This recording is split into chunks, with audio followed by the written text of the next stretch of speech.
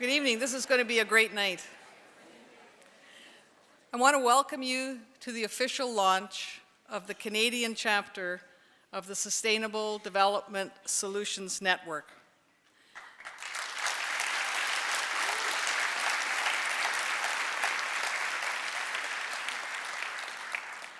My name is Jean Andre. I'm the Dean of the Faculty of Environment here at the University of Waterloo. I also have the honor of being the chair of SDSN Canada as we embark on this journey. I'll also be your MC tonight, and so I'll try to keep things on track. We do have a full program for you. Now, I do want to encourage you to share on social media. You can use the hashtags SDSN Canada or Waterloo, and you should let the world know what we're up to here.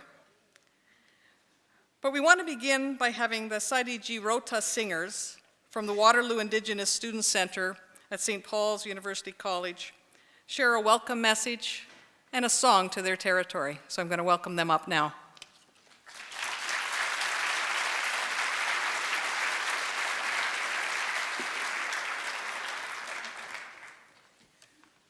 Do you guys want to go up there? Yeah, I guess. Sego Sewagwego. Amy Youngits, I am from Six Nations. I am Mohawk Nation Turtle Clan. This is my daughter here.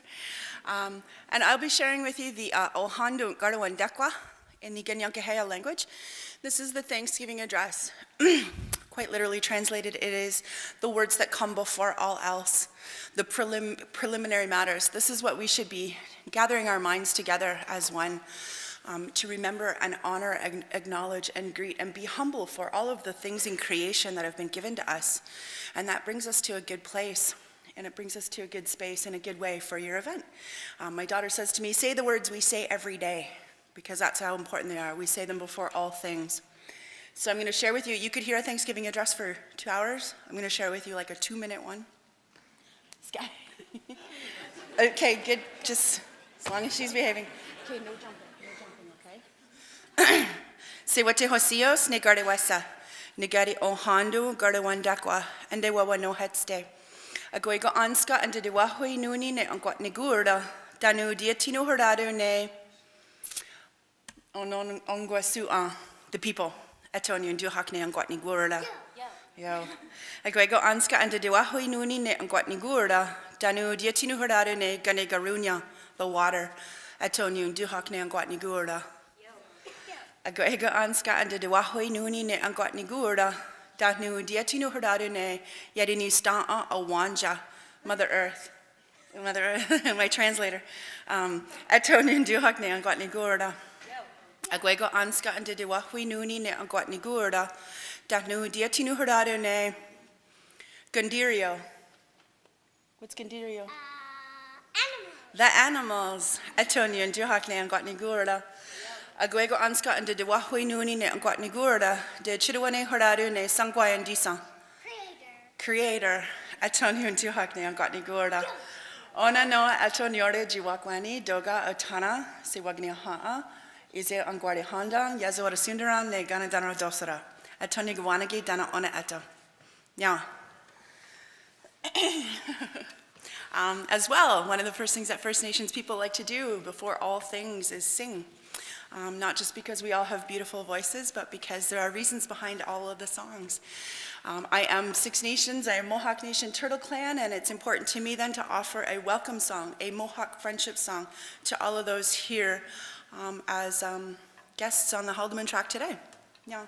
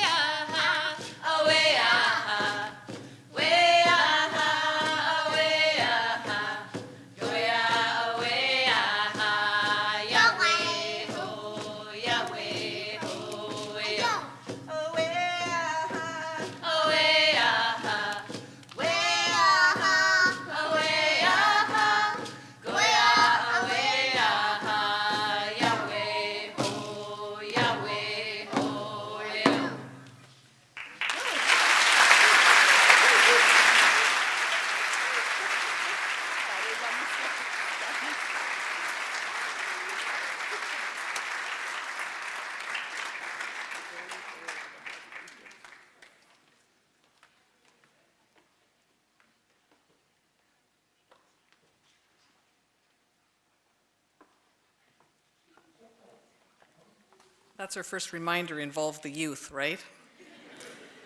I would now like to invite to the microphone and introduce and welcome our University of Waterloo President and Vice Chancellor, Feridun Hamdalapur, who's a great champion of what we're doing. So thank you for coming up, Feridun.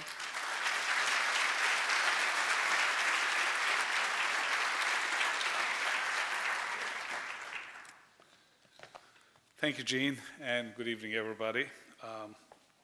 This is absolutely a momentous event, not just for Canada, but for the whole world. But before we start, I think it is important to reflect, acknowledge, and pay respects to the elders, past and present, of the neutral Anishinaabe and Haudenosaunee peoples. We are gathered today on their traditional territory as the University of Waterloo sits on the Haldimand Tract, the land promised to the Six Nations people along the Grand River.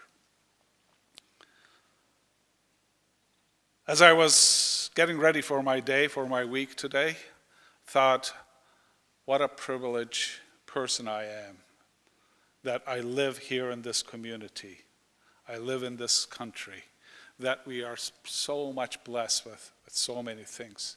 And at the same time, I immediately thought of that these privileges do not come on their own, do not come without challenges. And as we think of these challenges, they are not small challenges. And as I watch the news on television, what our friends, our citizens in New Brunswick are going through, floods, and as I see many things, many events that are weather-related, and I can't help myself thinking about the frequency, intensity, and unpredictability of these events. You say, well, climate change is something that we need to think of. And it's one of the greatest challenges that we face as we think of privileges of being here.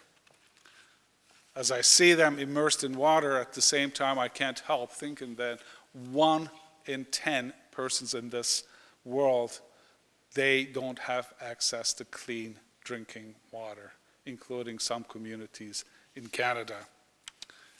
And gender and racial inequity continue to create barriers to personal security for countless individuals and groups in the developed and developing world. These are just a few of them. But then, in 2015, when the United Nations finally came up with the Sustainable Development Goals, or we call them SDGs, I didn't look at those 17 SDGs and said, oh my gosh, there are 17 huge mountains that we need to climb. I looked at them very excited that we have these goals and they are achievable if we worked on these all together, if we have a really good understanding, and if we do not minimize their importance. So they're not just about environment or climate, it encompass whole areas that our society is facing. And of course, poverty or prosperity are obviously among them. The University of Waterloo is very much recognition of these challenges. And again, I take the opportunity to thank Jeffrey, Professor Sachs. When he was here before, this was your challenge to us, that can you become a network here in Canada? And we listened to you. We are a university that we love challenges, and we love to be in a leadership position. And many years ago, the University of Waterloo and the Perimeter Institute looked at some of the big issues facing the world exactly the same way. They said we are two fantastic institutions. One is devoted to scholarship and discovery and education and innovation. The other one is devoted to depth of theoretical physics. But we put our resources together, not to understand the universe better. It will be good to understand it better, but to really, how can we bring science, how can we bring facts together so that we can deal with some really important problems. I'll fast forward it. We started with energy education and ended up, our last summit a couple of weeks ago was on exactly this topic, sustainable development goals. So the university established this partnership. We are absolutely determined that starting here in Canada, but not to stop in Canada, we will do the necessary work. We will provide the leadership starting in Canada and take it all across the world.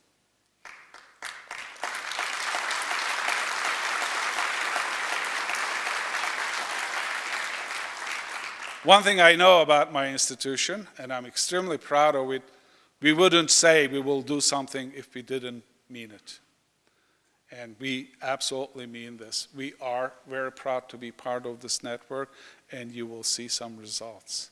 I'm immensely grateful for my colleagues, starting with the Faculty of Environment, having absolutely stand-alone Faculty of Environment here at the University of Waterloo is an unbelievably important sign. And to make it work together with our colleagues, not just in the Faculty of Environment, not just in various disciplines, to take it across many disciplines at the university, and then combine it with other institutions in Canada and around the world to make it a really absolutely a network so that we can make a difference. I thank you for being here this evening. Your presence is also extremely important. You care. You deeply care, and you're willing to work on these goals. We are very proud, again, to host this network here at the University of Waterloo. And please allow me a chance to thank our Dean of the Faculty of Environment, Professor Jean Andre. She is fearless. She cannot be stopped, and she took it right from where Jeffrey left it and carried it all the way through. So thank you for your passion and perseverance.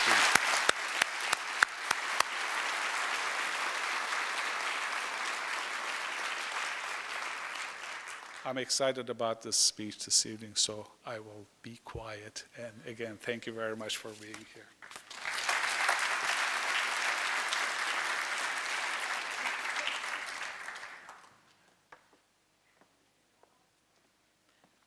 Not actually fearless, but stubborn.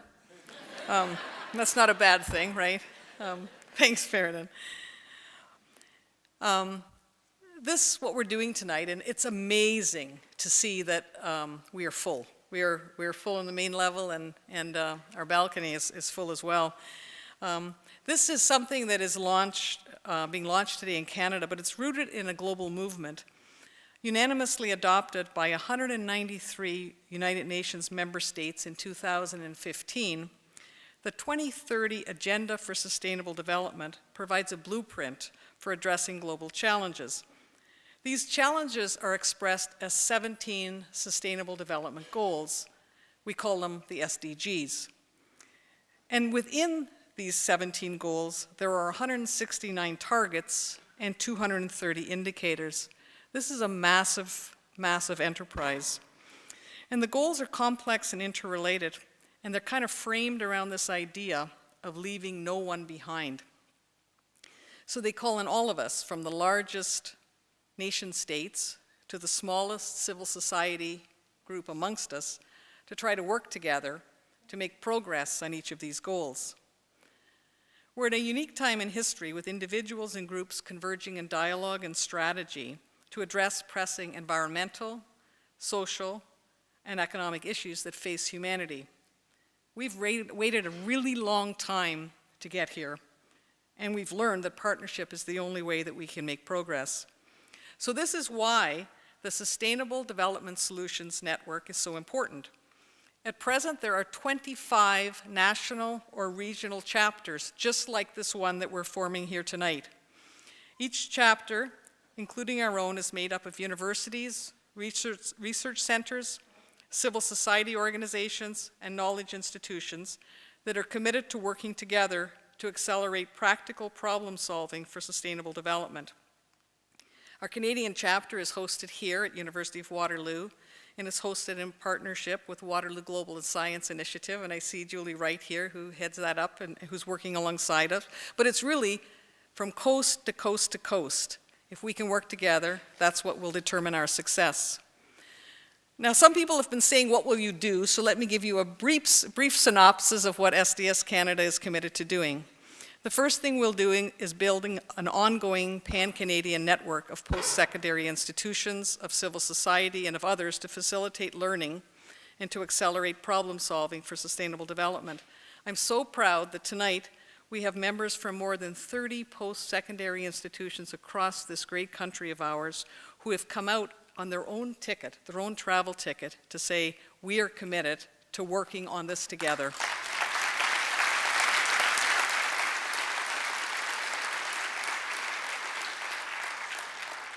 And they're here tonight for inspiration, and then all day tomorrow we have a session with 190 people sitting down to explore 4 themes as a starting point to create a work plan that will develop concrete solutions to some of our challenges. The other thing we're going to do as a network is act as a bridge. We'll be linking Canadians to the global movement, to discussions that are happening with other countries and other chapters. And we'll organize national and subnational sustainable development meetings, bringing together the key actors from all different sectors in this country who are interested in working together on this challenge. Of course, we're also going to do what universities and colleges do best. We're going to do research, and we're going to educate, because that's why we're here. But if we focus our research, and if we tailor our education to ready students for the tomorrow, we will be able to make progress on the Sustainable Development Goals. And of course, we'll engage in wider discourse with all of you about what is important and how we should move forward. But we're not alone, and we know that, and we're very pleased that our Prime Minister, the Honourable Justin Trudeau, is also endorsing SDSN Canada. He's provided a letter which I'll just read to you to get us going. So this is the statement from our Prime Minister. He says, "It is with great pleasure that I welcome you to the launch of the United Nations Sustainable Development Solutions Network at the University of Waterloo. The Government of Canada is committed to promote clean economic growth, reduce greenhouse gas emissions, and position Canada to take advantage of the opportunities presented by a low-carbon economy. We are unwavering in our commitment to fight climate change and support clean economic growth. Canadians and people from around the world need to take decisive and collective action to tackle the many harsh realities of our changing climate. Thank you to the organizers of this wonderful event, and congratulations to the University of Waterloo's Faculty of Environment for being chosen as the Canadian host of the network. Please accept my warmest welcome and best wishes for a memorable event. Signed, the Honourable Justin Trudeau."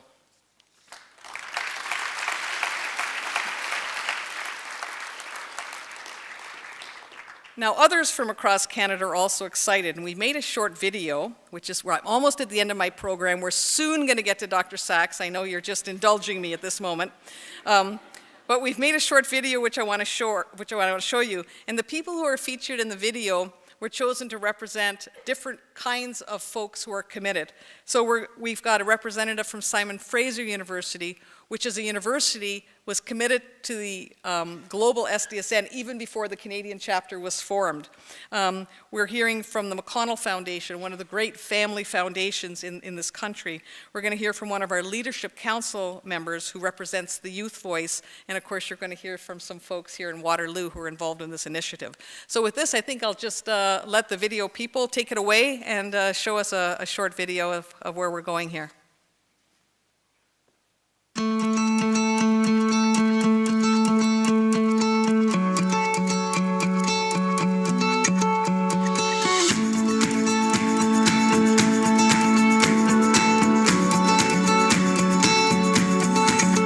Sustainability is important to the entire planet. In 2015, leaders from all over the world gathered together at the United Nations to adopt the Sustainable Development Goals. And Those are goals that Canada and all other countries have committed to for the year 2030. The question is, how are we going to get there?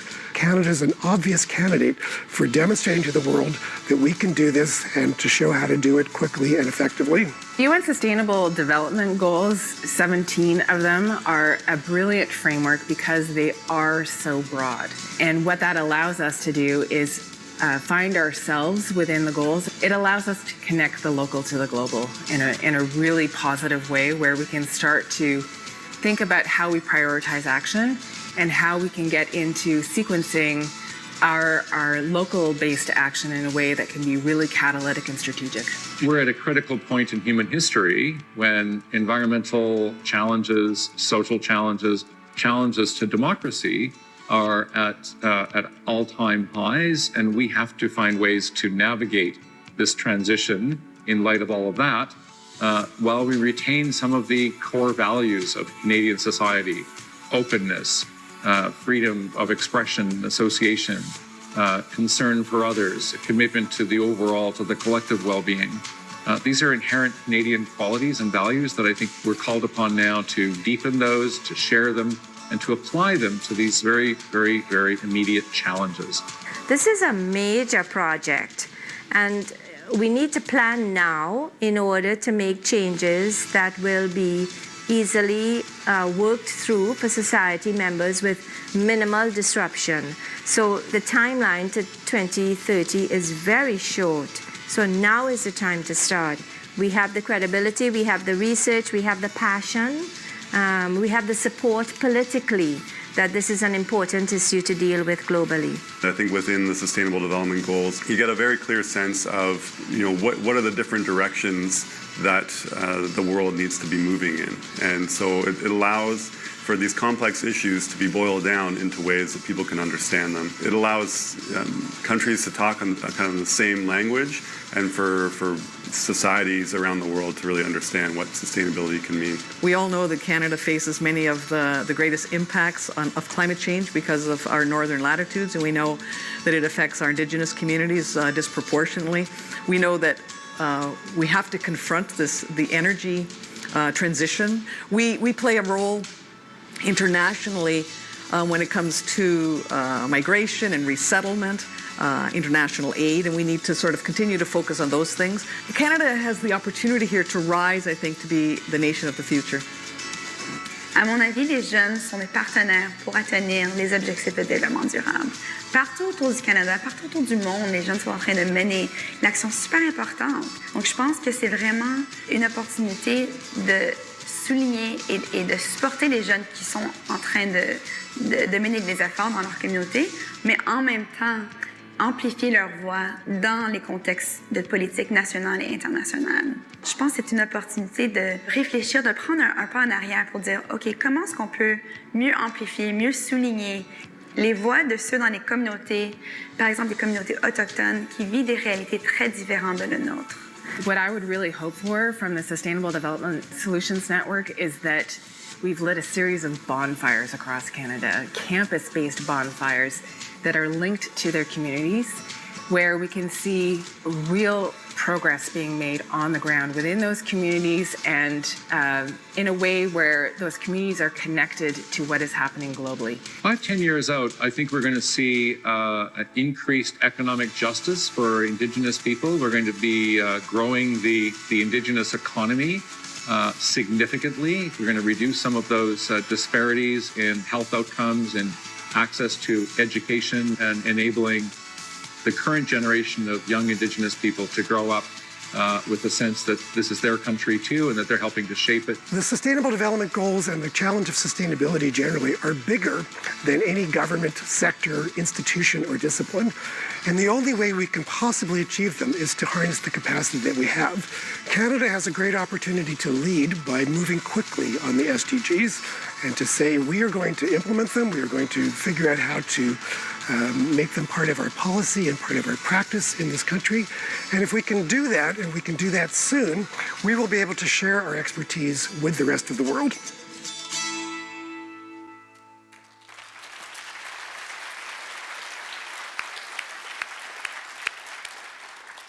And one just last thing, I want to ask Marie-Claire to come up with students, because this is the youth that we're fighting for now. It's the youth that's going to lead us as we move forward. And so one last little skit, and then I'll introduce our speaker.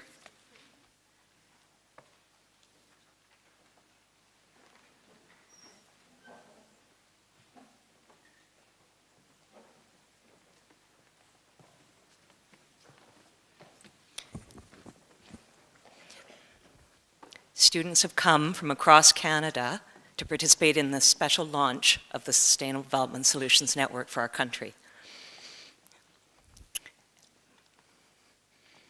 We're going to introduce you to them tonight, and then we're going to ask you to join us in a bit of a celebratory, symbolic event.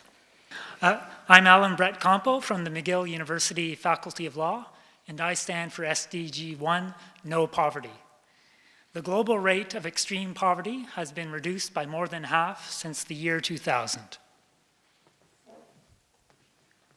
I'm Jamie Scrow from the University of Waterloo, Faculty of Environment. I stand for SDG 2, Zero Hunger. Since 2002, food insecurity has declined from 15% to 11%. I'm Yue Zhao from University of Waterloo, Faculty of Environment, and I stand for SDG 3, Good Health and Well-being. More than 6 million children still die before their 5th birthday each year. I'm Danny Lindemood from the University of Waterloo, Faculty of Environment, and I stand for SDG 4, Quality Education. 1 in 5 youth worldwide today still remain out of school. I am Baka Wadam from the University of Victoria Faculty of Law. I stand for SDG 5, Gender Equality. 1 in 5 women and girls experience physical and sexual violence from their intimate partner. I am Elaine Ho from the University of Waterloo Faculty of Environment. I stand for SDG 6, Clean Water and Sanitation. We are all in one of the world's most water-rich nations, and yet 200 million people around the world either face or will soon face no more water in their communities. I'm Andrew Lloyd, Fleming College, School of Trades and Technology. I stand for SDG number 7, Affordable and Clean Energy. Renewable energy, excluding hydropower, currently represents 10% of the global energy market. I'm Meg Williams from Dalhousie University's Faculty of Law, and I stand for SDG 8, Decent Work and Economic Growth. From 2010 to 2016, the global unemployment rate fell from 6.1 to 5.7%. Je suis Yuan Zhengli, département de sociologie de l'Université Laval. Je soutiens l'industrie, l'innovation et les infrastructures. Dans le monde, il y a 4 milliards de personnes n'ont pas l'accès à l'Internet. 90 entre elles sont dans les pays en développement. I'm Melissa Granberg from Acadia University, Department of Community Development. I stand for SDG 10, Reduced Inequalities. Over 50% of Indigenous children live in poverty in Canada, compared to the national average of 20%. I'm Maria Spiliotopoulou from Simon Fraser University, Faculty of Environment. I stand for SDG 11, Cities, Sustainable Cities and Communities. It is projected that by 2050, cities will host more than 2/3 of the global population. I am Blessing Ajayi from the University of Waterloo's Faculty of Environment, and I stand for SDG 12, Responsible Production and Consumption. More than 10% of the world's 50 largest food companies now have an active food waste and loss prevention program.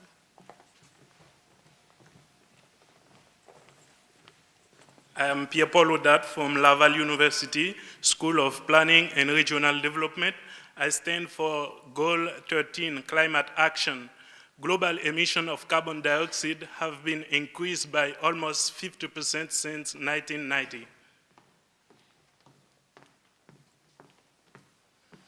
I am Tara Atleo from Vancouver Island University, Faculty of Management. I stand for SDG 14, Life Below Water. In April 2018, the BC Supreme Court found that the Department of Fisheries and Oceans Canada wrongfully obstructed the fisheries rights of 5 Nuu-chah-nulth nations to catch and sell fish in their traditional territories. Je m'appelle Cécile Alexandre, l'Université de Montréal, faculté de droit. Je soutiens l'ODD 15, la vie terrestre. Chaque année dans le monde, 13 millions d'hectares de forêts sont perdus. En 2017, ainsi, le Canada a certifié 48% des forêts durables. I'm Dale Ross. I'm from the University of Wilfrid Laurier, Faculty of Arts. Ever since 2016, 71 out of 113 countries have seen a decrease in respect for fundamental human rights. I'm Danielle Gallant from the University of Ottawa, Faculty of Law. I stand for SDG 17, Partnerships for the Goals. There's a funding gap of $3.2 trillion for developing countries to fully implement the SDGs.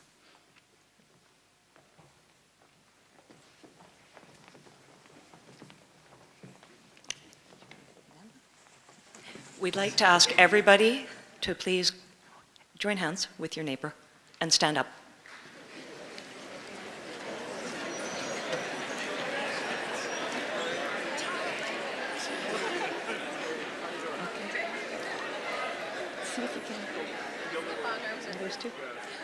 With this human chain, we're very, very proud to celebrate and declare the Sustainable Development Solutions Network of Canada launched.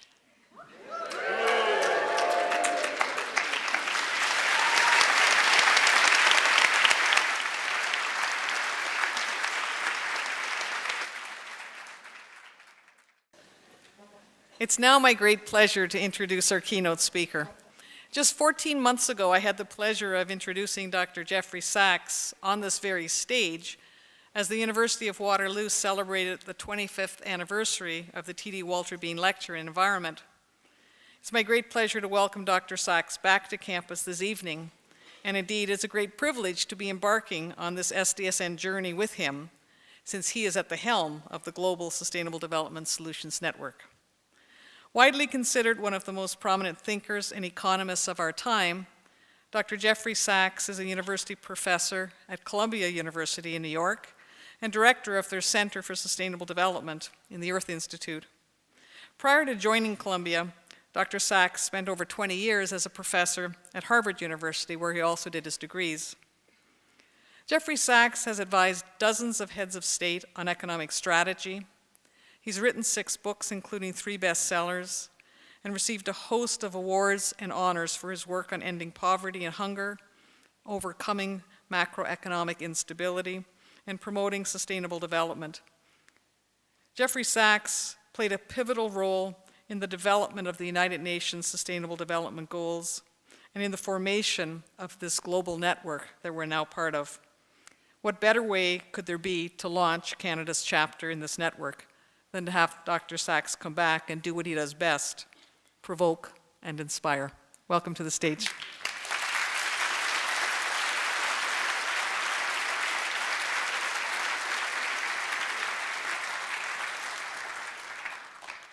It is an incredible pleasure and honor, and it's very inspiring to be here. My day did not start well. In the United States, our days do not start well. Today was a day like other days. You get up, you read the tweets, you read the newspapers, you just cannot believe what is going on in this world. And so by about 8 a.m., I was thoroughly depressed. True. Then I got a call that made me even less happy because it was, I can't go into details, but it was about the power of the oil industry and how damaging it is and how much influence it has everywhere in places where it should not have influence. And so I ran around the walls for another couple of hours, high anxiety. Then I said, oh, I have to run to the airport. So I picked up my backpack and got in the Uber to get to the airport and arrived at the gate and said, I left my luggage at home. So that was by 11:30 in the morning. And I have to say that since getting on Air Canada and having a very lovely flight and then landing in Toronto and being met by my colleague Maria Cortes-Puc, who should stand up and take a round of applause because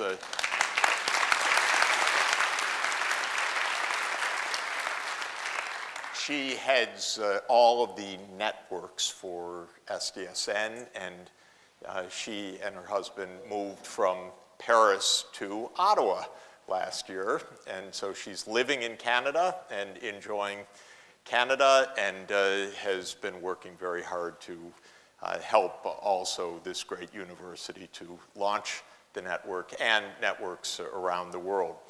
So I was already feeling better, but I still didn't have what to wear. University of Waterloo not only provided, I think, a dean a perfectly fitting jacket, so nice, but a Waterloo tie also, which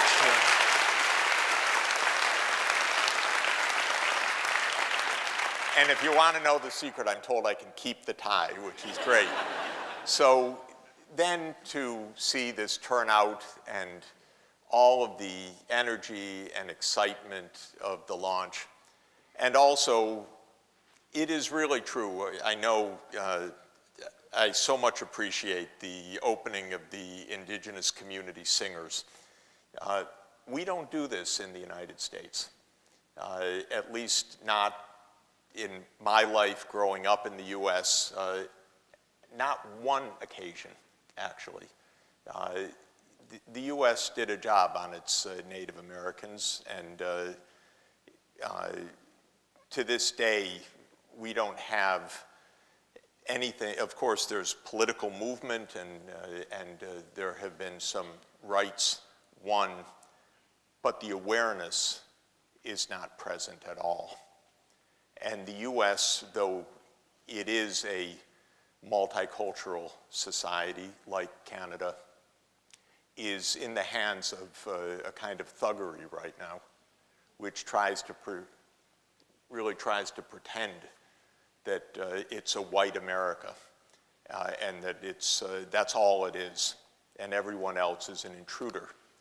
And it's horrifying, by the way. So it's really special to come here and see that opening, and I know that it's meant and it's important, and you just see also the students and the faculty, and this is Canada's greatest strength, the diversity of Canada. And Canada's really remarkable strength, I would say, is that in an era of incredible hostility to migration and the nastiest people coming to power, perhaps the worst in the United States we've ever had. Although, God, they just keep making a competition for us. It's been really,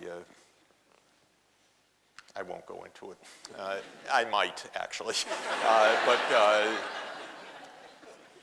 this is the greatest strength. I live in a city like that, where New York City, where we walk, and if you hear English, it's unusual because every language is heard and spoken, and that's why I love New York City. And New York City works, but it's not what we're hearing at the national level, and it's not what we're hearing around the world right now. And so it's very inspiring and important for me to be here. I'd like to take out my phone and call my wife and say, I feel much better, dear, because she's heard all day I didn't feel so great. So many fights of what's going on. We do have a big struggle. This is not easy. The Sustainable Development Goals are not a cheerleading task, though it's a lot more fun to see them presented this way than in my textbook, I would have no doubt. They are adopted because we're in trouble. And we're in trouble in ways that we hardly recognize, unfortunately, because a lot of what is happening, especially on the environmental side, is pretty insidious in that it's below the daily recognition. It operates on time spans of decades, but we know that it's getting more and more serious, and we cannot get the political attention needed to get this done. And unfortunately, that's still true in this country as well. This country, despite the Prime Minister's words, is not yet committed the way that it has to be to the reality of climate change.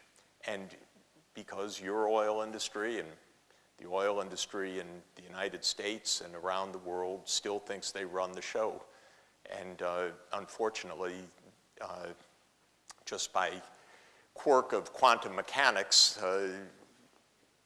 the CO2 that is emitted when we burn their products happens to absorb radiation and is warming the planet and making the planet very dangerous. And they don't want to hear that. And so the challenges that we face are really quite tough. And we're not winning right now. We're just not winning. We're fighting. And the most important fight that we need actually is the fight of knowledge, so that what's happening is understood. I think that that's true because it's not simple, but with the knowledge, I think the morals will follow somehow, because people are good people on the whole, except when you go crazy with power or wealth. And people want to make a world that is decent for their children. And when people understand the dangers, I think that we will be able to do a lot more. We need to understand some complicated issues, and universities are the places in our society, the miracles in our society, where knowledge is deeply cultivated and where the institutions, not for actually easily explicable reasons, the institutions are built to last. They're very robust institutions. The universities are actually the longest lasting institutions in our society other than the major religions. They've lasted 1,000 years in the West. I have an incredible privilege to go to lots of campuses, and I always find it incredibly inspiring because we're all part of a community, and it really is a knowledge community that is very deep and extremely important right now, much more important than we know. And we have to do our job to make real these claims that the politicians have signed on to but don't really understand and don't really follow through on and don't really understand the gravity and don't really understand that politics as usual does not fit the problems that we face. So we have to be leaders and make the politicians followers to do the job that they're supposed to do, which is to promote human well-being of their citizens and the world. And so that's why today and tomorrow is extremely important, and that's why the mission that you've taken on is extraordinarily important and exciting. I'm going to say more about that, but I want to say something about these goals. Now, you've seen them, and now you know them also, but be sure you do know all 17. I always say you should impress your friends, parents, children, colleagues. On the street, you can go up to people and say, "What's SDG 13? You don't know?" And tell them. And this way, it will go viral, which it really needs to do, because we need to embrace these as our best hope to get something done. I'll just say a word about them this evening. Tomorrow I'll talk a little bit more about the history of them.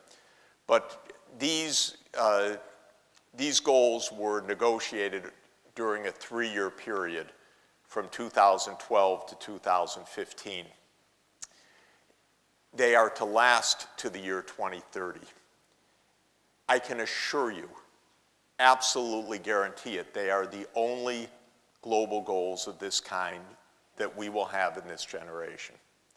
So either we fail them, ignore them, let them die, or work on them and succeed, but we won't have others. This is it.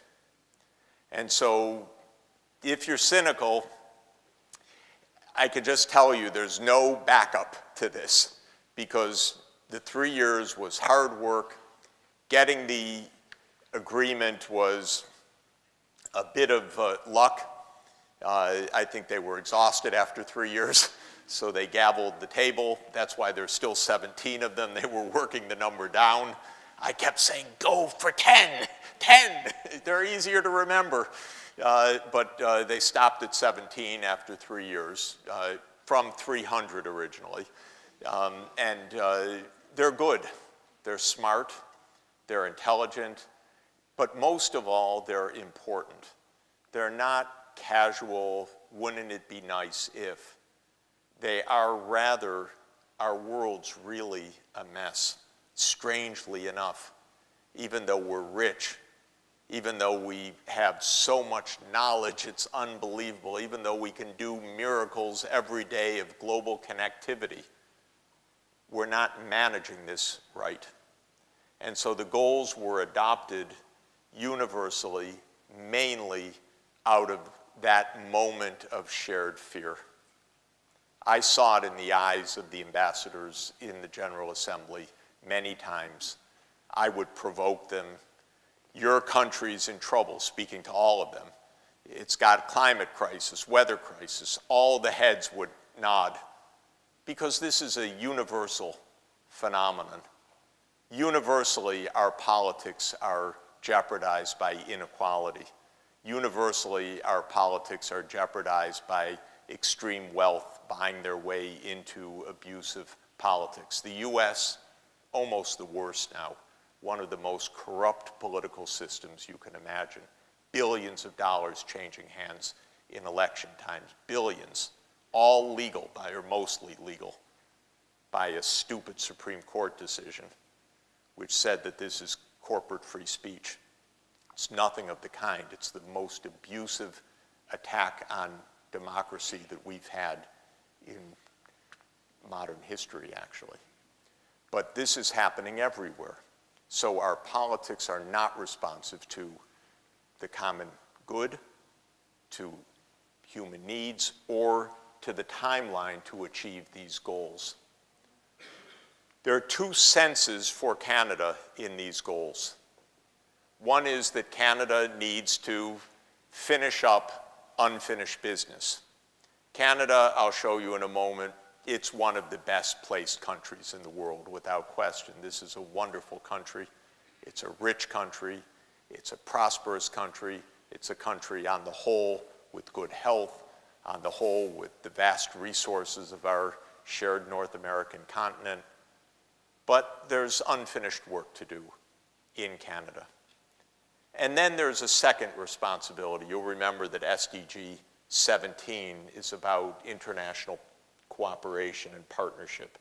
Canada needs to play a larger role globally, a larger constructive role globally than it's playing right now, because that's the responsibility of all high-income countries. We have technology, we have know-how, we have wealth beyond imagining, and we need to do more to help solve the problems throughout the world. So this is a universal agenda in those two senses. Every year, this network, which is being inaugurated tonight for Canada, prepares a report on the state of the Sustainable Development Goals worldwide.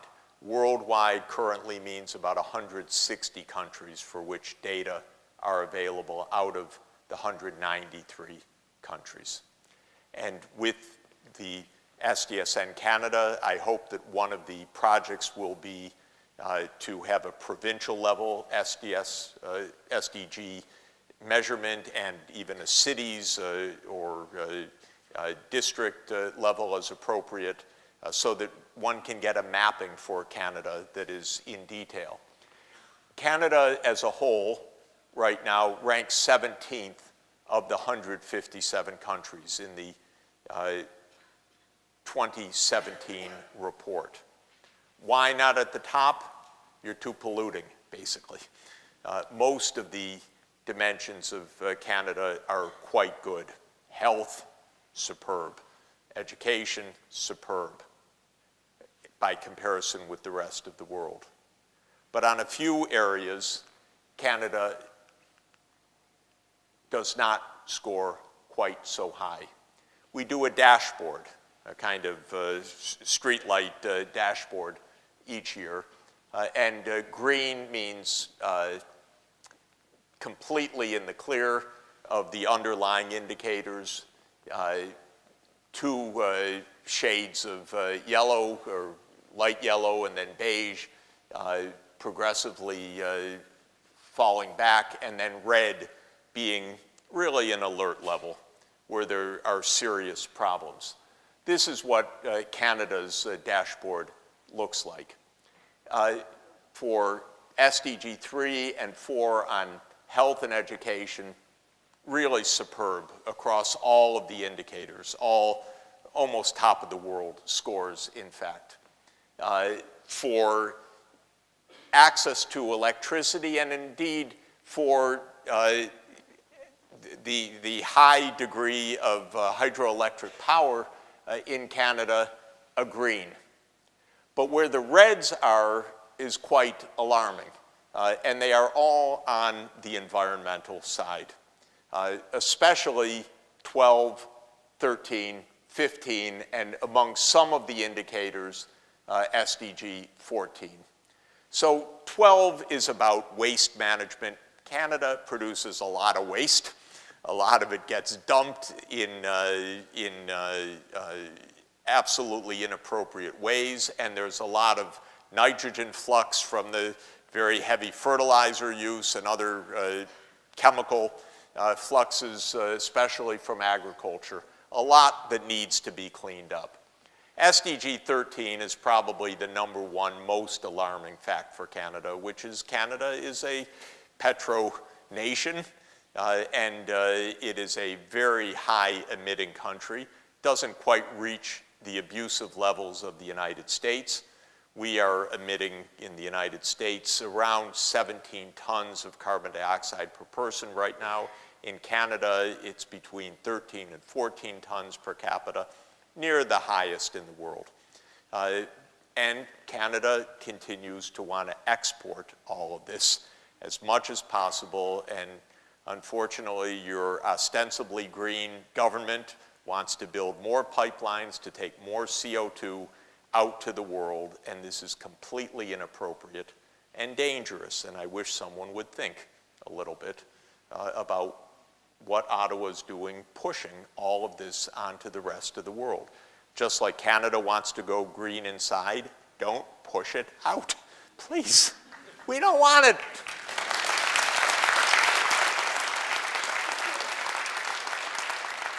And I have made a pledge that I will, if these pipelines are built, especially if Keystone is completed, we will do everything we can to bankrupt this pipeline as fast as possible.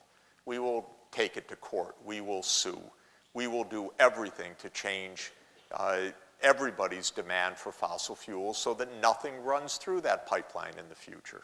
And people that buy it should lose, I mean, people that invest in it should lose all their money. That will be our job. That will be our job, because that will be servicing the world in the right way for our children. And that's what we're going to have to do. But I hope that it doesn't get built, and I hope that all of the protesters win and are able to stop these pipelines. And I hope that, especially in Ottawa, that there's a reconsideration of what's thinking, because just what you don't want to do at home, you should not do outside.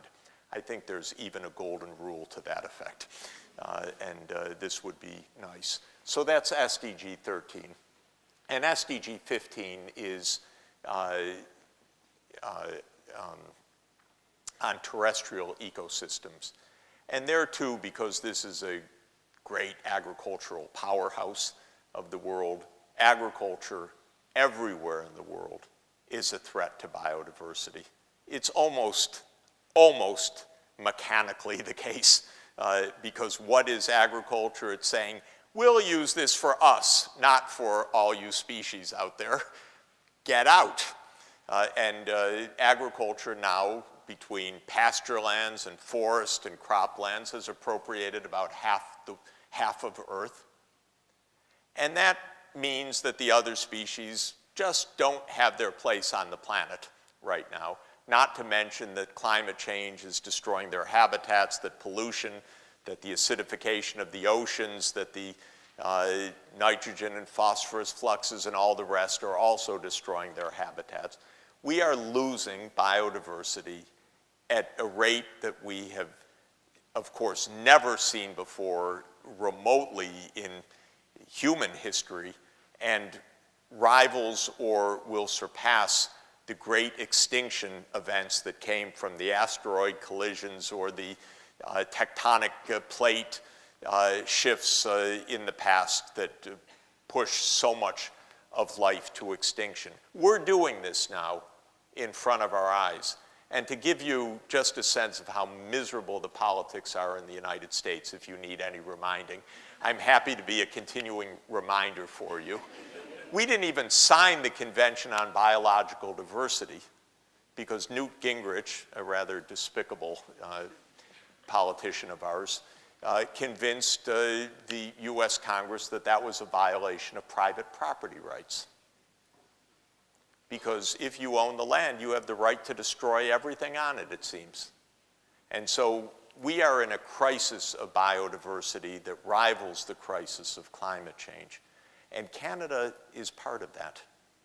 Canada is experiencing a tremendous loss of biodiversity. I read through the data in preparing to come here. It's not a good story. It's not as good a story as I thought, actually. It was a lot more alarming in the range of species loss and so on. So some of the weak spots I can mention. The reason that you're not green in number 2 is that the obesity rate is very high in this country. Again, the US is the champion, but this is, boy, are we the champions. We're at 40%. And this is, of course, the destruction of normal food by a fast food industry, by a food industry. It's one of the huge changes that we're going to need in the coming generation. Canada has a surprisingly large continuing gender wage gap, again, like the US.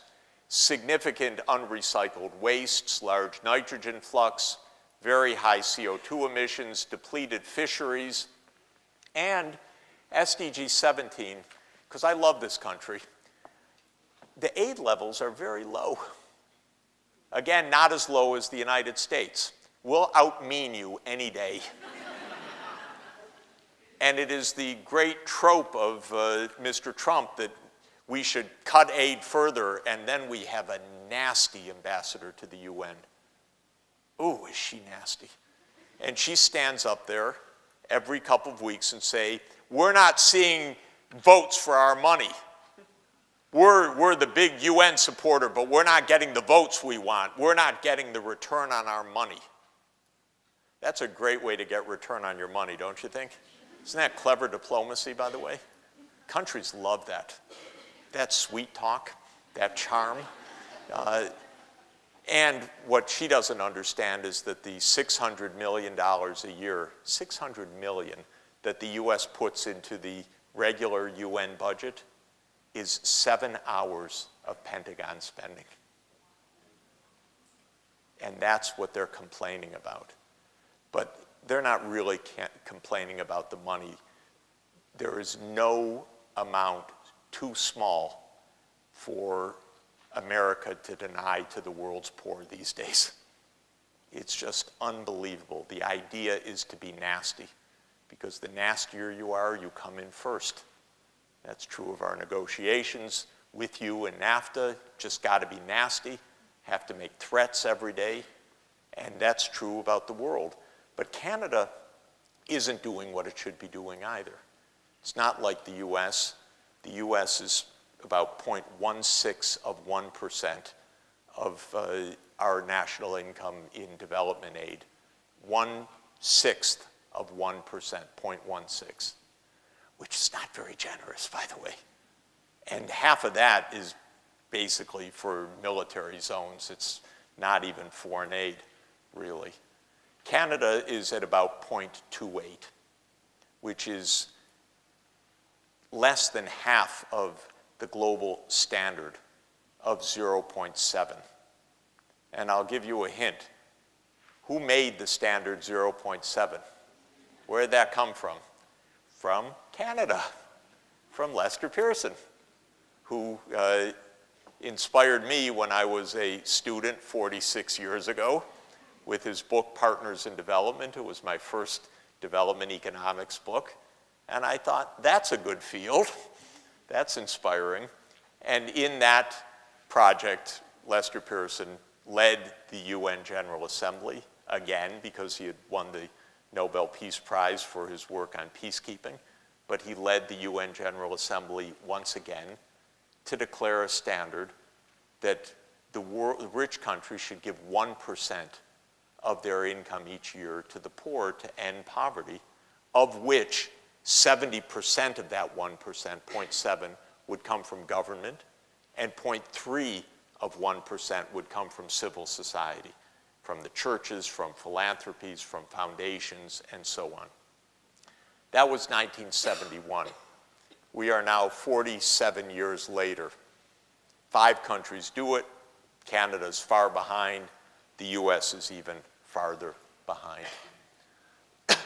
So, what do we need to do? We need to change some ways that our economy functions.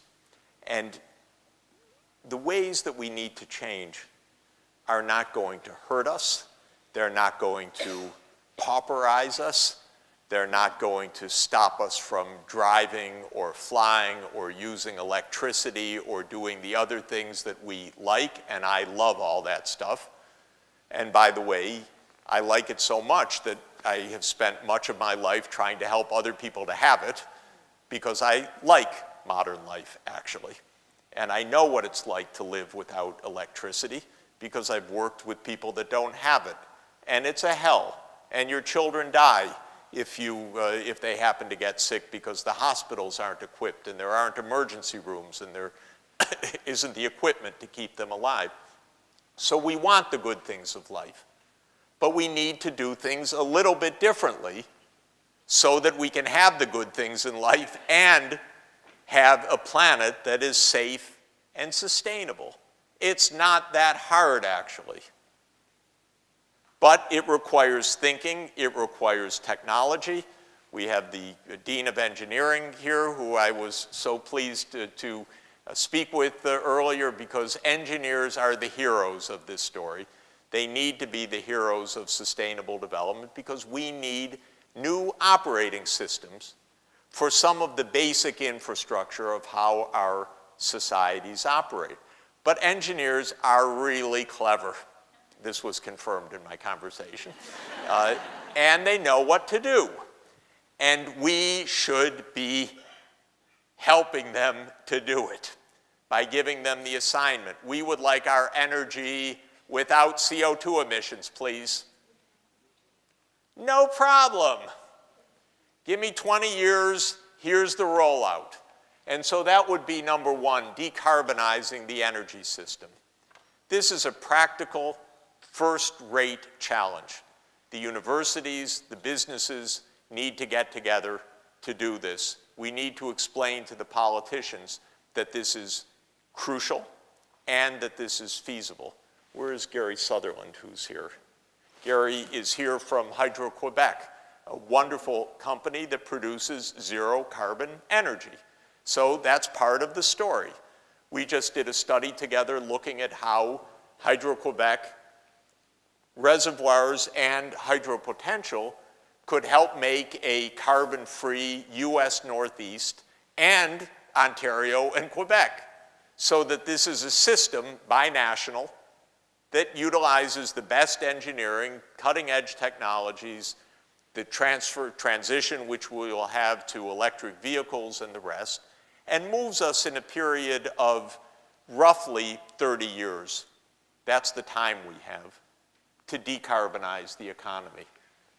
Second, we need to change the agriculture systems. This is a bit tougher, actually, because there isn't one agriculture system. There are thousands around the world. But agriculture is a kind of double jeopardy right now. First, agriculture itself is a major threat to the environment. It is a fundamental source of greenhouse gas emissions. Not only the CO2 of the energy, not only the CO2 of the deforestation that is part of pasture clearing, for example, but also the methane that's released from livestock, also the nitrous oxide that comes from the fertilizers and so forth.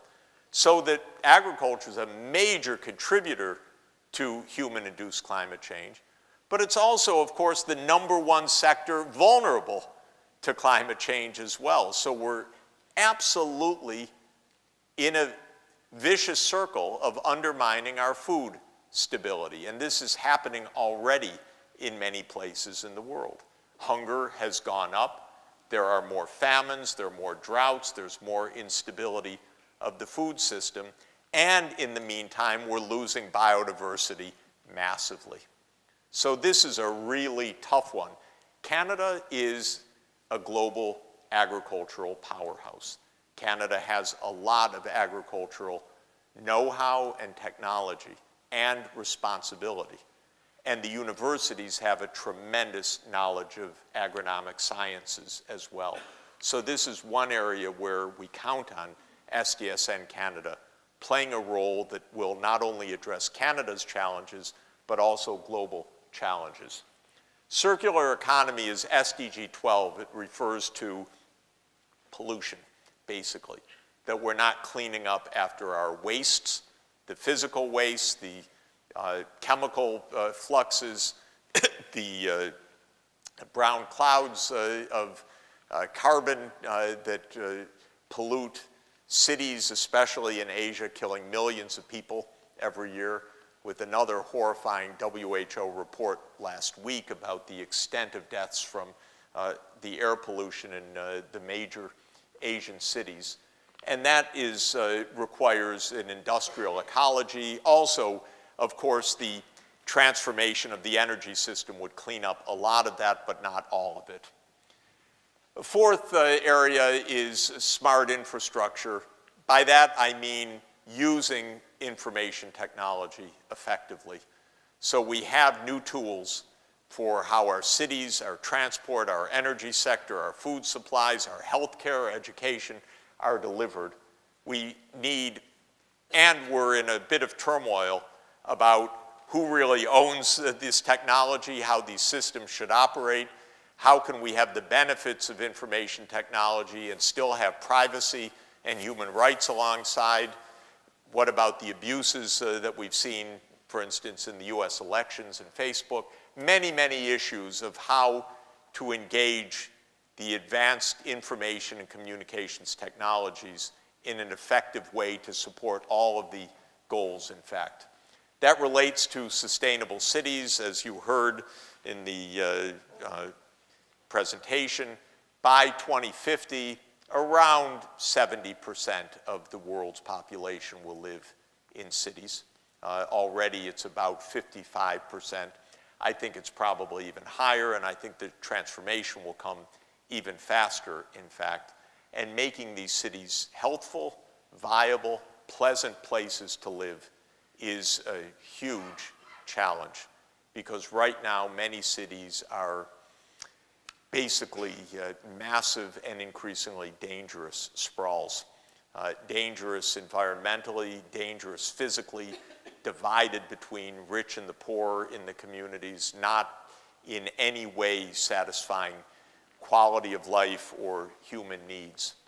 And the last of these major pathways is solving the problems, again, as you heard so eloquently in these brief statements of the students across the stage, around 5.5 million children this year under the age of 5 will die of causes that are completely, totally absurd, tragic, completely preventable. Vaccine-preventable diseases, lack of an antibiotic, lack of an 80-cent dose in time for a mosquito bite that carried plasmodium and gave a case of malaria, which is 100% treatable if the child is given the medicine in time. Or what I learned from my wife, who's a medical doctor and a public health specialist, how many children die, how many newborns die because they don't take the first breath, and the birth attendants are not trained to maybe just release the obstruction, the phlegm in the air passage, or don't know how to handle the birth because there's no skilled birth attendant available, or no 15-cent piece of plastic to suction out the obstruction. 5.5 million deaths. Absolutely unbelievable to me. I've been trying to get my arms around this for 20 years because I know that at almost no cost this could be prevented if we cared to do it. And 15 years ago, almost the only word I said for about 5 years was bednet, because I was on a campaign to try to get bed nets distributed to poor people in Africa to help protect them from malaria. And I was really boring and said bed net all the time. And finally in 2008, the UN gave in, said, if you will shut up, we'll distribute 1 billion bed nets, which they did, and malaria has come down 70%. We save about 700,000 lives a year because of this simple action, this and having the artemisinin and combination drugs available. You know the stupid thing? After all of that, I can't raise the funds for the remainder. Because who do you talk to? You don't go to Washington. If you say anything, they'll cut out what little aid hasn't escaped their chopping block right now. And you go to other countries, oh, it's very difficult, our budget's very tight. Yeah, we understand, Professor Sachs. Or constantly, aid is wasted. It's hopeless. It's demeaning. I've heard so many excuses by rich people over the years about why not to give tiny amounts for poor people. But here's a case where it worked, it was proven, completely documented, and you still can't finish it. Weird, by the way. What is stopping us? I don't get it, so maybe if someone has an answer, I'm sachs@columbia.edu, because I can't figure it out. Anyway, what you also heard is 20% of the kids aren't in school. This is crazy. If there's one principle of development economics to know, I'll give you 2 principles, actually. 1, there's no development without electricity. And 2, there's no chance in life without an education. That's all. Now you have a PhD in development economics. That's all we know, by the way. But it works. And the kids are not in school. And why aren't they in school? Because the governments don't care? No, actually not. Because they're poor. Incredibly poor. Because it actually costs something to educate a child. Because it's not wish fulfillment. It's not just for free. It doesn't cost a lot, but it costs something like, in the poorest settings, I'll give you a number, $300 per capita, per child. Okay? $300 per child per year for an 8th grade for 8th grade, say. That's a good accurate number in sub-Saharan Africa. Now, 300, okay? The school-age kids are about 1/3 of the total population. So if you put it in per population terms, it's 300 divided by 3. It's $100 per person to keep the kids in school. You say that's nothing, and it is nothing for us. But if you are at $800 per capita income, say like Chad or Mozambique or Ethiopia or Central African Republic or Burkina Faso or Senegal, if you're at that level, your per capita income is about $800. That's 12.5% of your national income, just the education. But your whole budget is about, at most, 20% of national income. So by the time you're done with health and education, you have no more spending. The implication, these countries cannot afford to keep their kids in school. It's absolutely the most mechanical, trite, economic calculation. Try telling that to political leaders, like the European leaders who are, of course, in a tizzy about all of the desperate migration coming from Africa. And I spend a lot of time with these leaders, and I explain to them, they need help. Not a lot, but they need help so that the kids can stay in school so they don't have to risk their lives crossing the Mediterranean. And you know what? They cannot hear this message somehow. I don't get it. Or actually, I do get this one. I go to Brussels, and they say, well, it's 28 countries. We can't do anything about it. And then I go one by one to the countries, and I go to Berlin. And in Berlin, I'm told, sorry, all the aid is being used for the refugees. Duh. Well, why do you think you have so many? How about solving the problem beforehand? And then I campaign, or not campaign, but I encouraged the center left to work together with Mrs. Merkel of the center right to form a big central coalition, because there's an extreme in Germany which we don't want to revisit. And what does the center-left finance minister? First thing he does is, we cap the aid. That's the Social Democrats? This is the kind of strange world we're in, actually. We don't want to solve problems. We don't want to make analyses. We want to spout cliches. Well, if they're serious, they'll keep their kids in school. Or aid doesn't work. Or it's all wasted. Or it's demeaning. Or some other thing like that. So, thinking. Let me say a few words about these transformations quickly. And I won't go through all of them, but I do want to say just a few words, especially about this one. The planet has already warmed by 1.1 degrees C compared to the pre-industrial level. The scientists already measure that we have built in with the emissions we've made to date another 0.3 or even 0.4 degrees C warming without any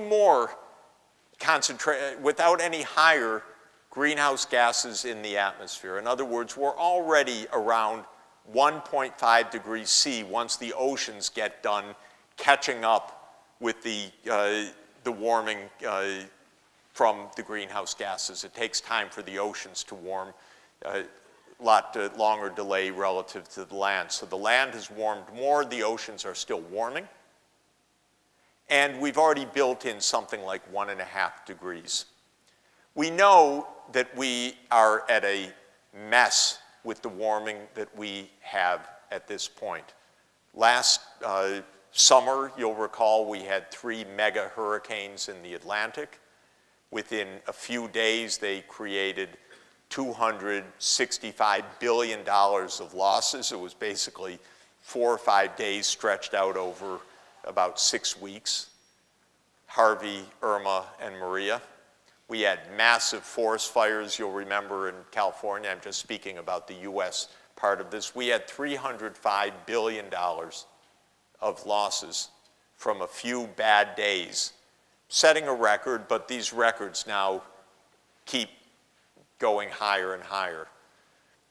I had the privilege of heading a division at Columbia University called the Earth Institute, which was a wonderful initiative that I recommend to all universities to work in a fully interdisciplinary manner.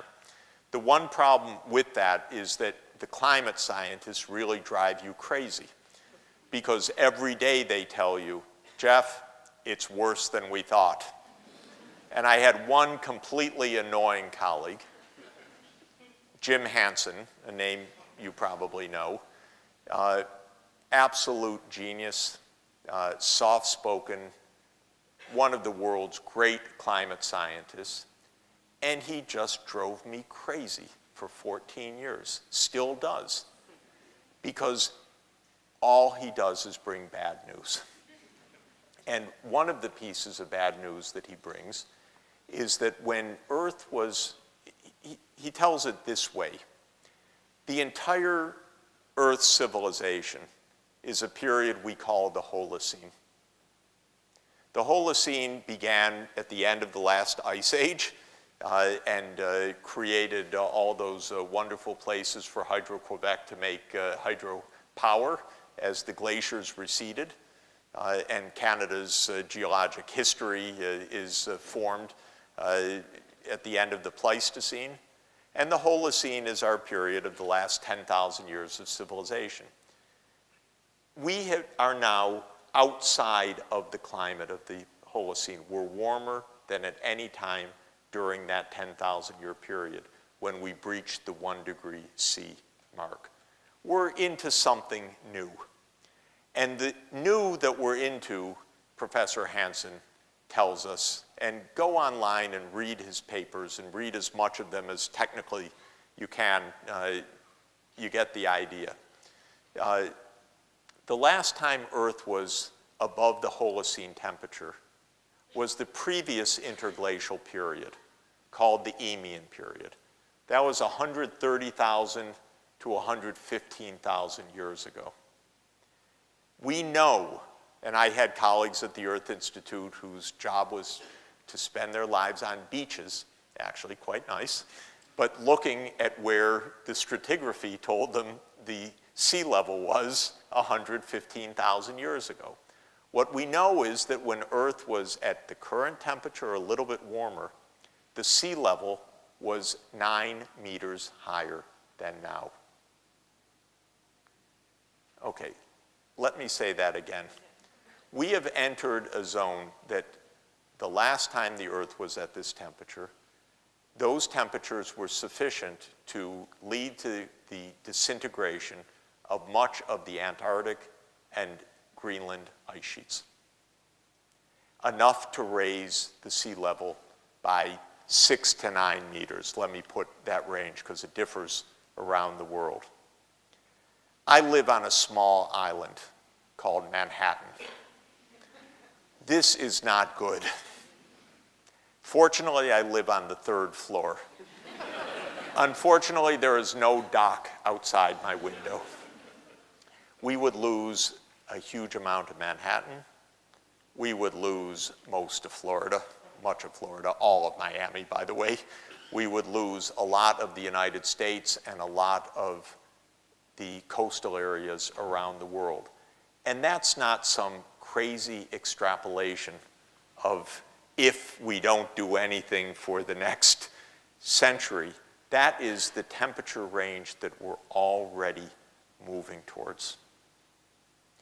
So after the SDGs were adopted, about 6 weeks later, the world, same governments agreed on the Paris Climate Agreement.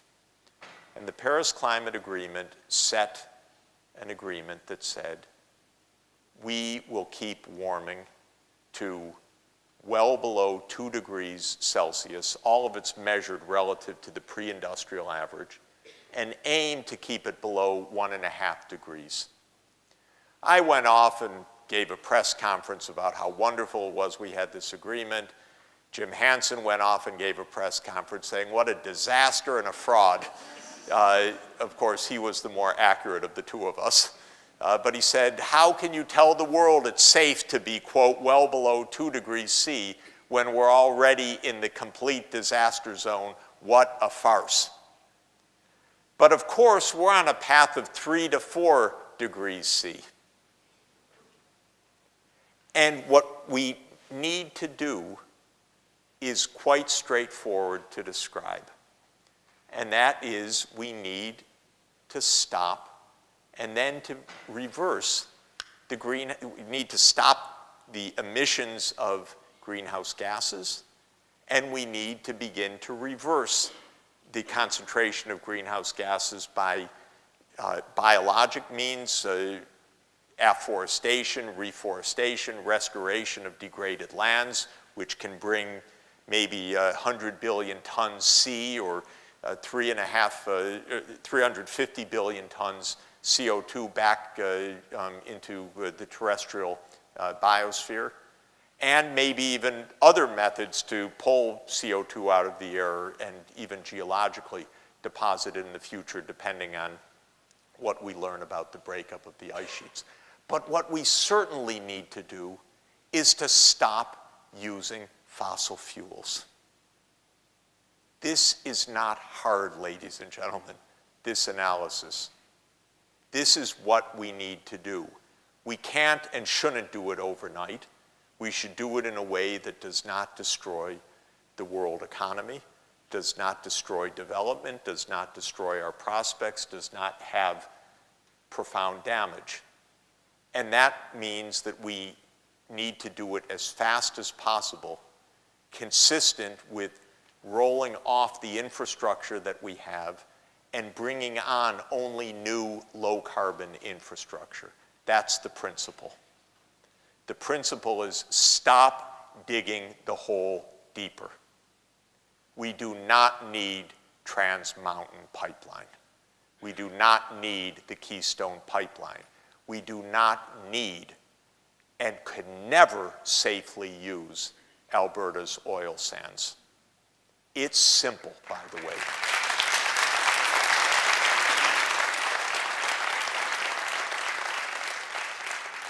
It's not complicated, honestly. What's complicated is politics, because everything I talked about has a time length of 25 or 30 years. But everyone wants to be reelected this year or next year. And not only is that true here, and we've got such corruption in my country, because the oil, it's not just the regional politics, it's the money into the hands of these miserable congressmen and senators who run their campaigns with ExxonMobil and Chevron, and especially the Koch brothers, two of the most disgusting people in this country. By the way, we just were at the American Natural History Museum, wonderful museum. They gave all this biodiversity halls, the Koch Hall of biodiversity, but of extinct species, so I thought I found the pattern, actually. Weird. So we have to decarbonize by around 2050. And the truth is that there are many ways to do it, and Canada is filled with renewable energy potential, which is just wonderful, because you can completely provide all of the energy needs of Canada, and a lot of the energy needs of the United States, by the way, through your zero carbon energy. And so it's not even saying don't export, it's just export the right thing. Export hydropower, please. We really need it in New York City. But don't export the stuff that's going to kill the planet. And there's an excellent project which I'm involved with of China, which has a very bright idea. They call it GEI, Global Energy Interconnection.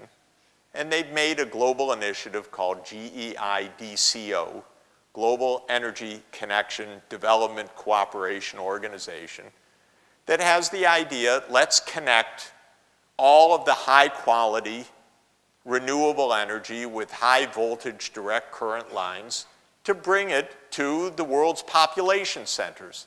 Because it is a basic truth that renewable energy in general is not where people live. There are some exceptions of that, but mainly it could be offshore wind or mountain wind or far north Quebec or the deserts with sunshine, and it has to be brought to the population centers. So making a grid makes a great deal of sense.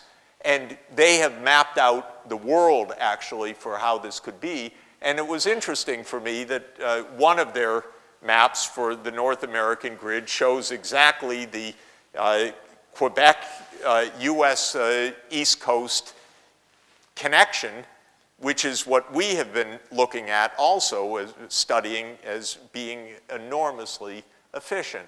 I was in Mexico last week because we're talking about launching an SDSN Mexico later this year. I hope, Gene, you'll be able to join, because we had basically all over Mexico, there is, of course, enormous interest.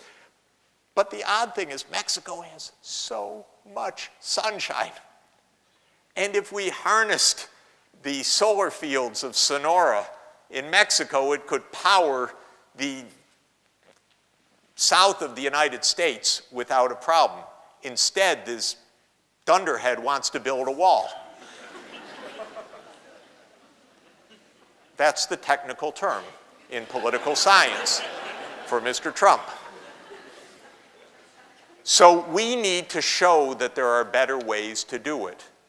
And when I spoke with the Dean of Tec de Monterrey, University of Monterrey Technology, I asked him, what can we do for you as we get this network? And he had a very bright idea. He said, could we also have a North American SDSN that links Canada, Mexico, and the United States? And I think that's a wonderful idea, that part of our work can be looking at North America in its integral form, because then we can also work on the trade issues, we can work on the economic issues, and we can work on the ecological and the energy issues.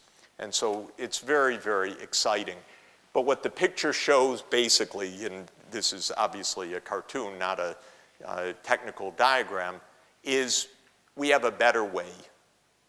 We need to study this. We need our engineers in the lead to help tell us what's possible. We need companies like Hydro-Quebec working with universities, working with government, and we need especially to think ahead.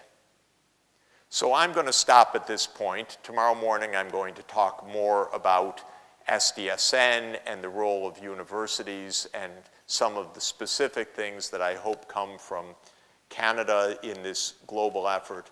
But I do want to just close with this core idea, which is that we are at a remarkable time in human history. President Kennedy said it in a stunning way in his inaugural address. This was now 57 years ago, when he defined our modern predicament, I think better than anyone else. He said, for man holds in his mortal hands, he said the time is very different now, for man holds in his mortal hands the ability to end all forms of human poverty and all forms of human life. And that is our predicament, that we have such knowledge, such technological capacity, that we could end poverty, we could save millions of lives per year at an unbelievably small cost, I can tell you. We can ensure that every child is in school and learning, and if there's no school nearby, there certainly is going to be a screen and an ability for them to be in a virtual classroom and joining a teacher maybe halfway around the world or halfway across their country. We can do all of these things, and we can do all of them at a tiny fraction of our incredible economic surplus. The total cost of achieving climate change safety is probably, this transition to low carbon energy is probably less than 1% of our annual output. And to put every kid in school and to break the cycle of extreme poverty, maybe another percent of our output globally. And to build a resilient infrastructure, maybe 1 or 2%. And to transfer income from the rich to the poor through the budget to lower inequality, maybe another 1 or 2%. Maybe we're talking about 6% of our total output each year to reorder our societies so that they're fair, so that we end poverty, so that they're safe for climate, so that we stop destroying other species. It's so small compared to the stakes. It's unbelievable that it isn't at the center of our minds and the center of our attention and the center of our politics. But of course, it's none of those things right now. We're operating blindly and rushing towards the cliff, and our politics are broken everywhere. They are not commensurate with this challenge. So the main thing we need to do at the start is we need to think. Thank God we're at a university. Thank you very much. We're going to sit at the chairs. Great. Okay, good.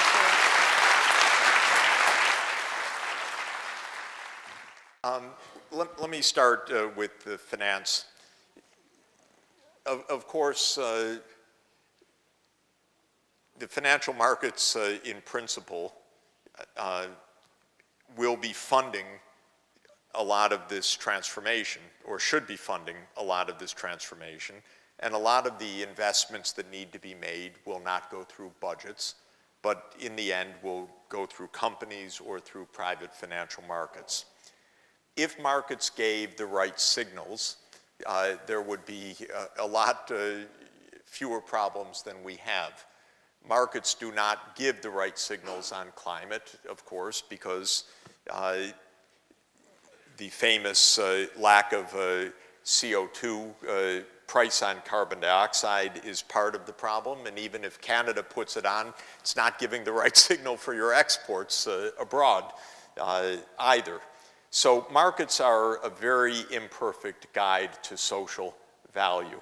And in certain areas, an absolutely destructive and miserable guide. That poses the question, what to do? And one needs to approach this in several different lines. Part, of course, is governments need to regulate. Everything about the free market is a fantasy. The idea that the free market can solve problems is pre-K economics, pre-kindergarten economics. There are reasons why markets can do certain things well and are miserable at doing other things, especially when the signals of the markets are completely inadequate. So government regulation is a big part of the story. That could include corrective pricing like a carbon tax. But there are other ways to approach this as well. Another way is that investors could hold their investments accountable, so-called environmental, social, and governance investing, ESG investing. This is a good idea. I believe that all asset holders should engage in ESG investing. I believe universities should divest from fossil fuels. I have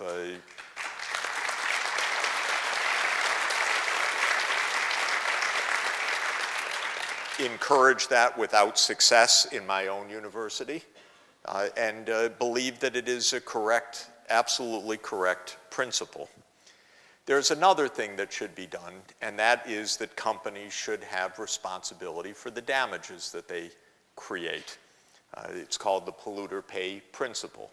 Obviously, part of that requires legislation, but there are things that absolutely can be done even without legislation.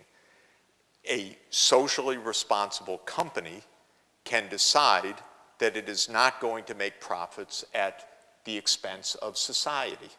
So companies could adopt the standard that they have true value added, not fictitious value added. The oil companies are not making social value the way that the books say. They're leading to a lot of destruction. And so in this sense, responsible companies would not undertake investments that they know to be hazardous. Unfortunately, in the United States, and because of the influence of the US and because of the influence of Wall Street, this is very weak, because Milton Friedman won the argument in the United States when he said managers should only care about maximizing the wealth of their shareholders. This is pure bunkum, by the way. There's nothing in US law that dictates this, but this is absolutely the behavior. And Wall Street is abysmally immoral these days. I live there. I know it. And I know these people. Half of them, I don't know if it's half. Many belong in jail. I can't really say it's half. I haven't done a careful analysis. But I know many of them absolutely belong in jail. But companies should take responsibility. And in Europe, company law is changing. Companies are being instructed that they have multiple stakeholders, not just their shareholders. And this is absolutely the right approach. And then there's one more approach that I think is important for finance, and that is lawsuits. I am profoundly in favor of suing the oil industry all over the place when it exercises such irresponsibility. And New York City is suing 5 oil majors, BP, Shell, ConocoPhillips, Chevron, and ExxonMobil, because as the complaint says, you can find it online, New York City has to spend about $20 billion minimum to counteract the rising flood risks and sea level rise. And these companies have absolutely dissembled on the risks of their products for 30 years. We have a New York State Attorney General who has subpoenaed the records of ExxonMobil, and lo and behold, it's not shocking, they've known all about this for more than 30 years. But they have faked it, they have prevaricated, they ran ads about how wonderful carbon fertilization is. They said it's all uncertain and hard to know what to do. They funded the American Petroleum Institute, which lobbies, which is the political lobbying arm of that got Trump to say the words, "We're pulling out of the Paris Climate Agreement," and so on. So litigation is also important. Under common law, it is what's called a public nuisance, meaning that they're damaging the property and livelihoods of a public. In this case, New York City. There are lawsuits springing up around the country. If Canada goes ahead with all of these pipelines, I'm sure there are going to be lawsuits for years to come about all the damages that are being created. And this is absolutely appropriate when business leaders are not taking into account the social damages that they are doing. So this comes to the question fundamentally of can capitalism work? The answer is yes, it can. But it needs responsibility. It needs moral responsibility, not blind greed. And is it possible to have capitalism with moral responsibility? I believe, on the whole, the answer is yes. I see it in a few places, especially in Scandinavia. I wish Norway were not doing Arctic exploration, but they're very good on how they're managing their portfolio, the sovereign wealth fund, and how they're cleaning up their own economy. And so we need to keep the benefits of a market economy, which are very real, but not let it wreck our planet. And finding that middle path is very hard, mainly because of the power of money and how it infects all the rest of our politics. Which brings me to Mr. Trump. The second question. Oh.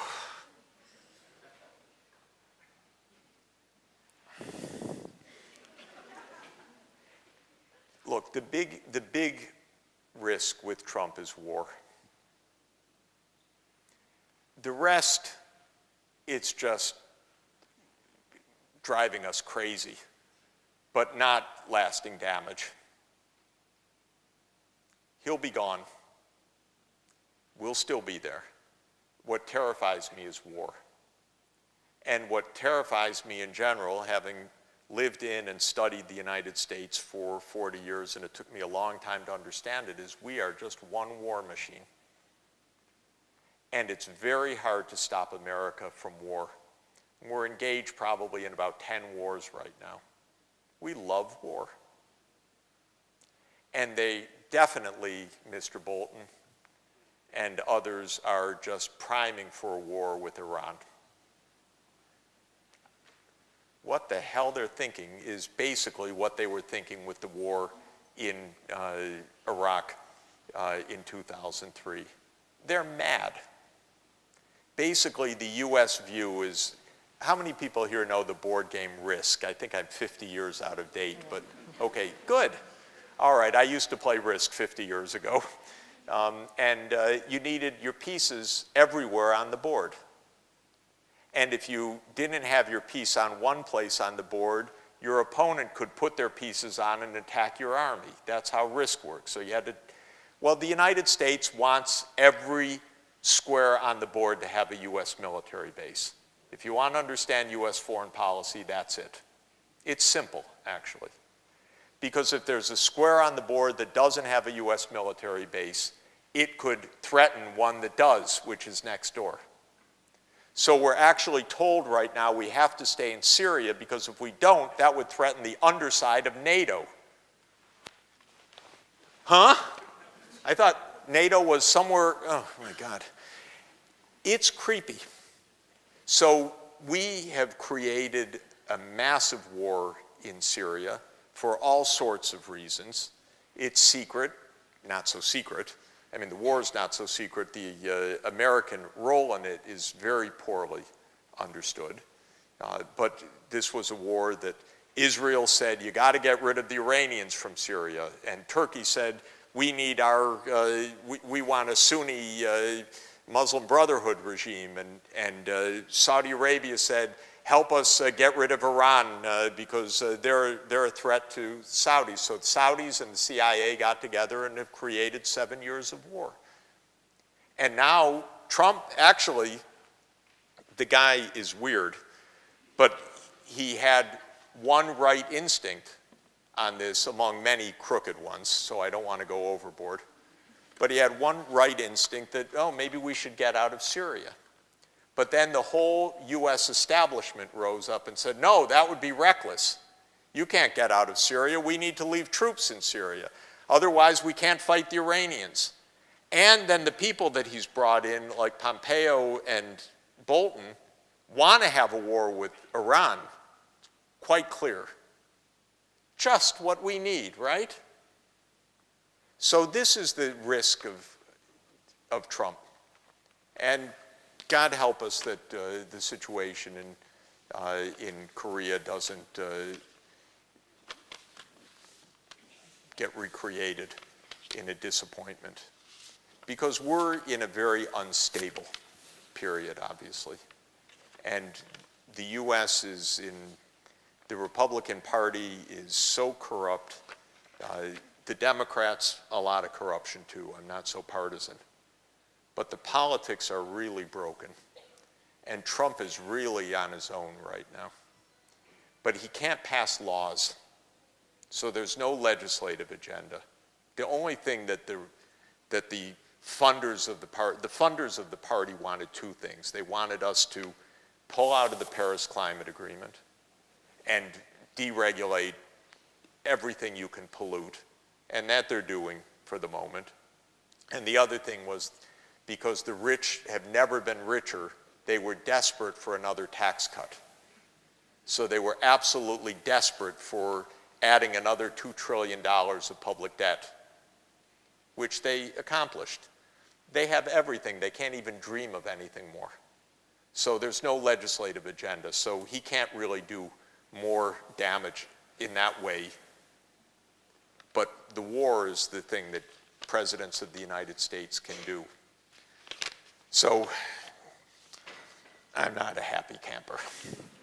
And I can't give you a safe answer. On the environment, he tried to break the world consensus on Paris. Of course, he sets up a terrible example.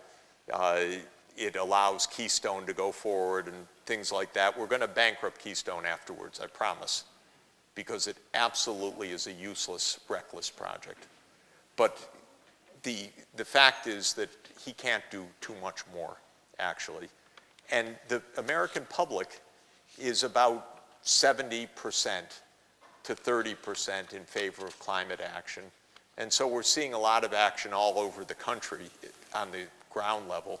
Not big national planning as we need, but real action. And even in some of the coal-burning states, there happens to be a lot of wind and a lot of sunshine. And so we're seeing a lot of renewables built in places that you wouldn't expect. A lot of wind in Texas, a lot of wind power in the Dakotas where we have big fracking and so forth. It's still in play.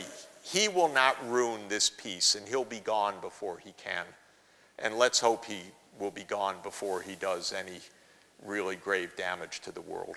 That is the biggest hope. And I've already answered the question about Syria and Iran, but you asked what can we do about it. I have an idea which I'm trying to promote. And the idea is that America is not allowed to go to war against a country unless more than half of the American people can name 2 cities in the country. And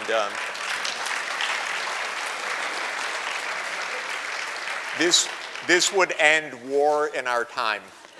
And I've been saying that for a few years, and then I learned a saying from the 19th century by Bierce Ambrose, who said that war is God's way of teaching geography to Americans.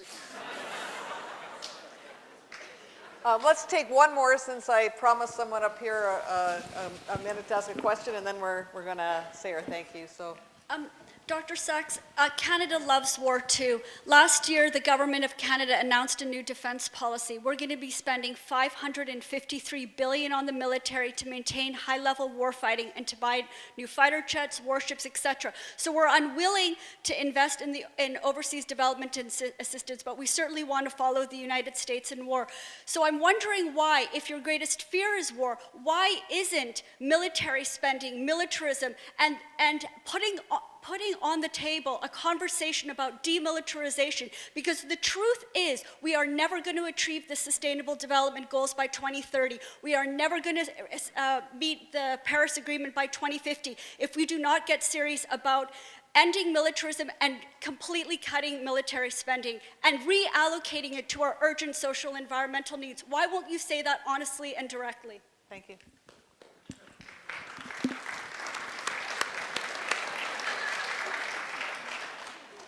Okay, I'll say it again. I agree with you. I thought what I was saying for the last 20 years and the last half hour. Yeah, I agree completely. And I wrote today an article in Project Syndicate, which you published today, which you might look at, called Denuclearization is for the US too, which is the fact that while the US is making demands on North Korea to denuclearize under the under the Non-Proliferation Treaty, and that's fine. The Non-Proliferation Treaty, 1968, says that all nuclear powers have to be engaged in negotiations, good faith negotiations to not only denuclearize, by the way, general disarmament, exactly what you said.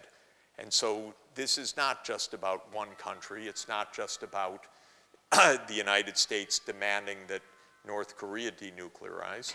It's about denuclearization for everybody. And that is extraordinarily important. We're in the middle of $1 trillion upgrading of the nuclear forces. This is absurd, and profoundly dangerous.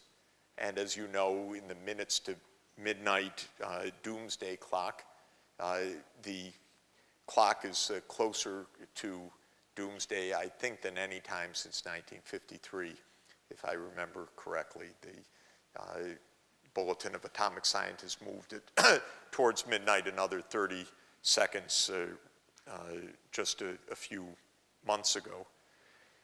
The world spends about $1.5 to $2 trillion a year on the military. Canada should not be wasting its money this way. This is not making Canada safer. It's not making the world safer. NATO does not need this increase. NATO was to oppose the Soviet Union. Instead, it became the arm of US expansion after the end of the Cold War. We expanded NATO all the way through Central Europe, then Eastern Europe, into the Baltics, and the trigger for the Crimean grab by Putin and the war in Georgia was the invitation to Georgia and Ukraine to join NATO, made at the NATO meeting in 2008, one of the most ill-advised, provocative, stupid, militarized moves of the George W. Bush administration. And it provoked a backlash. And we've got to stop this kind of behavior. This is absolutely right. We've spent about $5 trillion on the wars in the Middle East over the last 15 years, conservatively estimated. For not only nothing, of course, for massive loss of life, massive destruction, greater instability, more terror, and we're addicted to it. So Canada doesn't have to be addicted to it. Don't let the bully you. You don't need this. Doesn't make Canada safer. Doesn't make the world better. We don't need your military. The world doesn't need your military.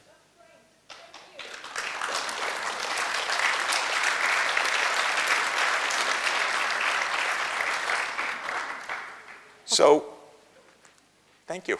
Okay.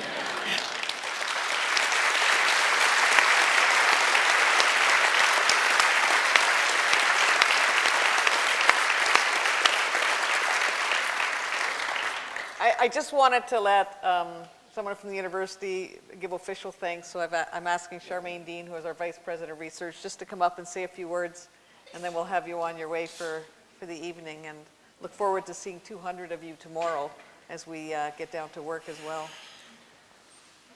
Jeffrey, thank you very much for reminding us in such a sobering way of all the challenges that we face and where our priorities should lie. Thanks very much for being here today. These challenges all of us face, in fact, every day.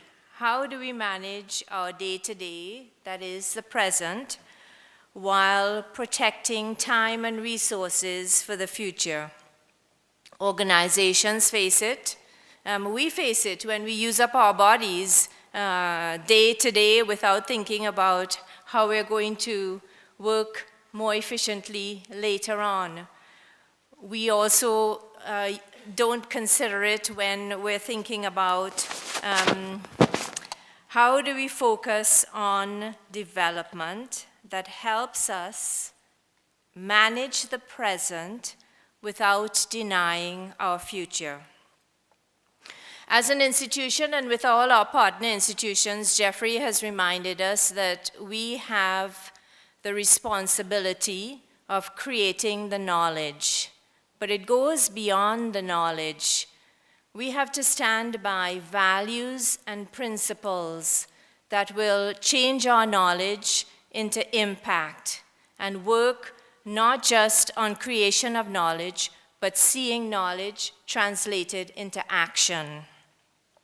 Jean, you've done a fabulous job bringing this network together, launching it, and all of you here today. I think I want to thank, we have so many leaders who work in sustainable development present here today, who have come from all parts of Canada.